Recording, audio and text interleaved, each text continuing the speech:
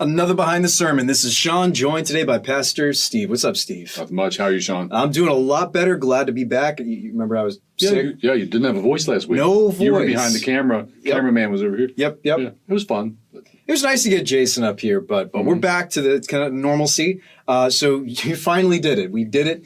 You did the sermon on husbands. Congratulations. We got there. You High did fives. it. Finally. Made it. And a very convicting sermon. That was awesome. So why would you say that this particular scripture is so important for Christian men, for Christian marriages? Yeah, that's Ephesians a great 5. question. So it really is.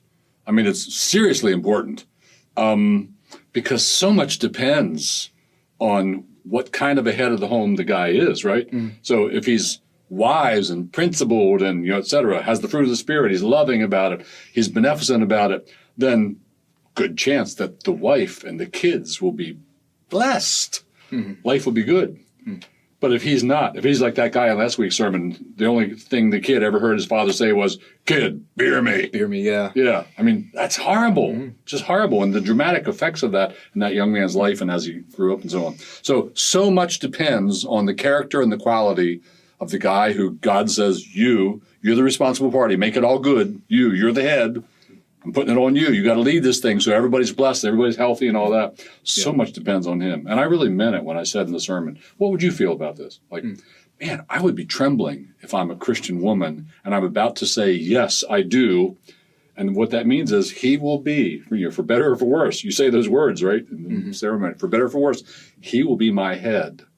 And if he turns out to not be so good one, we're going to suffer. Yeah. If he turns out to be a good one, we'll all be blessed.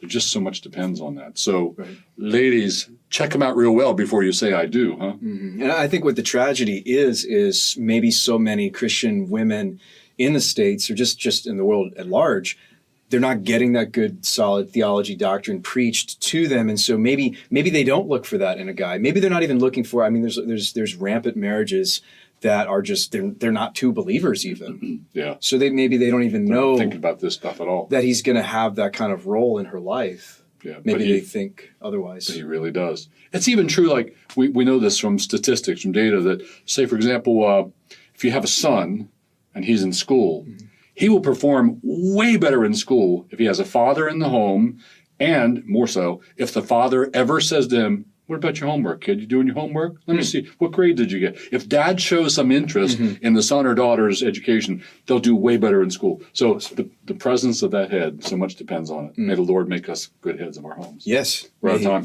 All right, Steve, it was fun. I'll see you next week.